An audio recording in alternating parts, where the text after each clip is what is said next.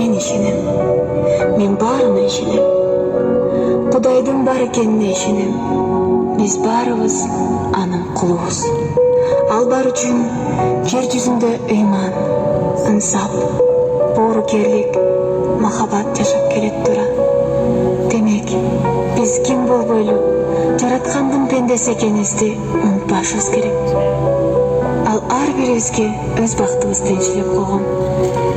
А биз болсо ошол бактыбызга жетүү үчүн күрөшүүбүз гана керек. Мына биз дагы